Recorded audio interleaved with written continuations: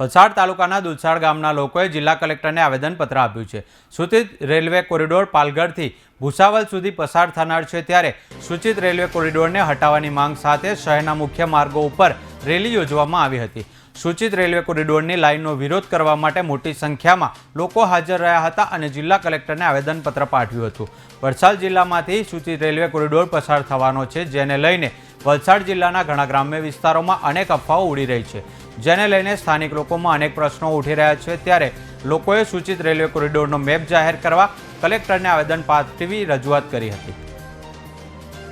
Railway corridor પાલઘરથી Bhusawal લાઇનનું જે DPR સર્વે માટે અમારા ગામની અંદર બહારથી લોકો આવ્યા હતા. અમારું ગામ છે દુલસાડ, અને દુલસાડની આજુબાજુના મરલા, ઓઝર એવા 6-7 ગામો જે કાંઈ ખરા ત્યાંથી એ પસાર થઈ રહ્યો છે એવી લોકવાયકા અને લોકો જે કાંઈ ખરા તેની માહિતી અમને મળી અને સર્વે કરવા માટે આવ્યા. તેમણે પ્રાંત કચેરી, કલેક્ટર કચેરીના કાગળો રજૂ કર્યા. તેના આધારે અમે જે કાંઈ ખરા કલેક્ટર સાહેબને વિનંતી કરવા માટે આવ્યા છે કે આની શું આખી ખરેખર માહિતી છે અને એ માહિતી છે તેમાં કેટલી જમીન સંપાદન થાય એવી પરિસ્થિતિ છે, તેમાં શું શું લોકોને ફાયદો થાય કે નુકસાન થાય છે તેની માહિતી અમને આપશો, એના માટે અમે જાણકારી માટે આવ્યા છીએ.